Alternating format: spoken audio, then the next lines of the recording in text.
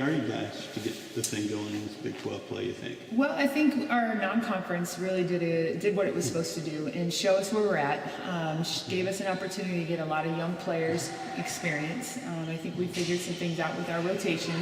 We're not as healthy as I'd like us to be, but I know there's some other teams in our conference that are dealing with the same thing.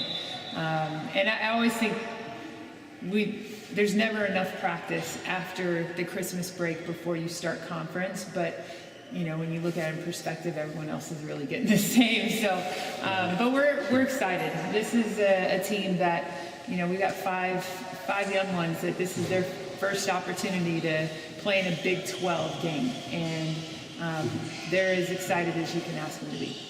How ready do you think the young ones are? I mean, that's, I guess, your biggest question at the start of any season is getting them to this point. Yeah, so.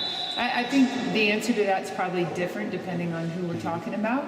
But we've got to just get them experience. They've got to get out there and they've got to play and they've got to grow. They've got to learn. They've got to have a short-term memory because this is the Big 12 is a very unforgiving league because we're so good. Every single game is going to be an intense competition, whether you're home or away. But I think we've been able to get those young players a lot of experience in these past 11 games. That is valuable in itself to help prepare them. You haven't shied away from good competition, obviously, when you're not. How important is it playing people like Notre Dame, like LSU, to get where you need to be? I think it's really important. I like to put a non-conference schedule together that kind of has some pluses, some minuses, and some equals. Some teams that you're going to be able to go deep into your bench. Some teams that you're clearly outmatched, and see how your team responds to that adversity and that challenge.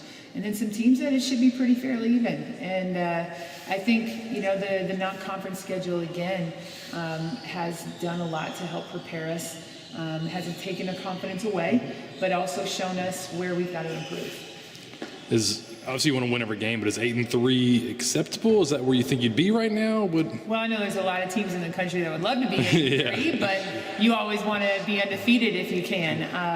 And we're just not there yet. There's clearly things that we had to get better at, and you don't find those sometimes unless you're playing against that level of opponent, like we talked about with a Notre Dame, an A&M, a West, or a LSU. So. I really, in our 3 losses, I really would have liked to have seen at least 2 of those go our way, and we were that close in a couple of them. But that learning curve is still there for us to climb and get. Looking at the rest of the Big 12, has anyone surprised you, the other teams that you're going to be facing, with what you've seen in the non-conference? I really thought heading into this year, every team in our league was better. From last year, and I think we're showing that as a conference that we're that much better. There's so many teams right now ranked in the top 25, ranked in the top 35 that are high in that RPI, and it's going to be an exciting Big 12 regular season conference play. All the new girls you're talking about a second ago, who's really stepped up the most the last 11 games, 2 months or so? Well, different ones in different times and I think different reasons. Amber's been out for a little bit, but she was really starting to find her rhythm and her flow and is just willing to take on that additional leadership role and share that with an AJ and a Jada. The team responds really well to her. She's competed at a very high level, even though she's just a freshman with her USA basketball experience. So that, I think, has prepared her. Michaela Christian, who's just was named Big 12 co-freshman of the week or freshman of the week. And I think she's really turned a corner over the last probably 2-3 weeks. And just growing in her poise, her confidence, being able to move on from a mistake to the next play and not hold on to it too long. You'll see a player like Ella Hellisy, our Aussie, who comes in and is able to contribute. She's not making many mistakes when she gets in there. I think that's somebody that's going to extend minutes. And then obviously Kiana Ray. She started, I think, almost every game, and that's rare for a freshman, especially when you look at the BCS level. But she just plays so hard all the time, and we just want to reward that. And our last freshman, Danielle Rainey, she's been out most of the summer and the fall recovering from injury, and so she's she's going to keep getting better as she continues to get more practice. I've liked the progression of the two bigs more in Okonkwo. They've seemed to be doing it all. They seem to be getting a lot better. Yeah, the efficiency is what's important with the two of them.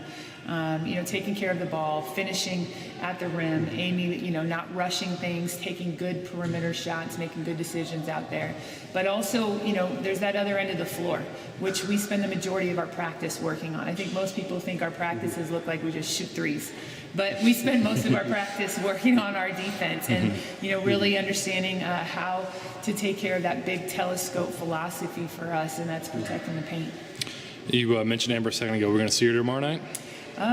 Maybe? Maybe. Okay. If not her soon, if not tomorrow, soon? If not tomorrow, soon. Soon. Okay, cool. All right. Okay. Thanks, Coach. All right.